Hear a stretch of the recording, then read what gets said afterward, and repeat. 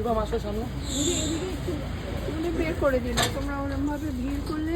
হ্যাঁ আমার রিয়া চায়, আমার জামাই, ওদের সব বন্ধুরা বাচ্চারা এসেছে। থ্যাংক ইউ, তোমরা এসেছো। সরি যে তোমাদের এরকম করে ব্যারিকেড করে দিয়েছে, ওপরে আমার এত জায়গা নেই।